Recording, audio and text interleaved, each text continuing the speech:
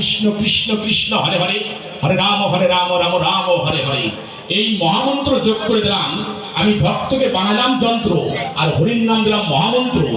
যারা পাপাচারী দুরাচারী তারাও ওই ভক্তের ওই যন্ত্রের কারণে এই মহামন্ত্র জপ করে জগতের সমস্ত পাপ থেকে উদ্ধার হয়ে যেতে পারবে। হরে কৃষ্ণ হরে কৃষ্ণ, হরি বল, রাধে রাধে রাধে রাধে রাধে রাধে।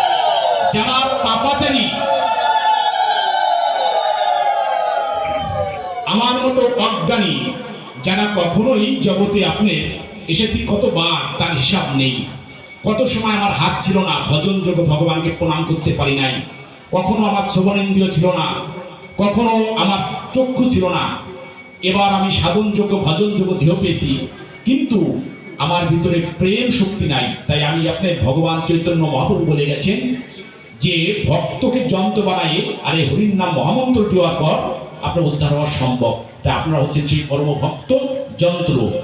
আর এই হরির নাম মহামন্ত্র যে আগামীকাল থেকে সংকীর্তন শুরু হবে, এই সংকীর্তনেই হবে এই বিদ্যুৎ, যেটাকে আপনার এত স্পিড যে যদি কোনো ব্যক্তির নামের ধায়িকা শক্তি জানে এবং করতে পারে তার জীবনটাই তার পাল্টে যাবে।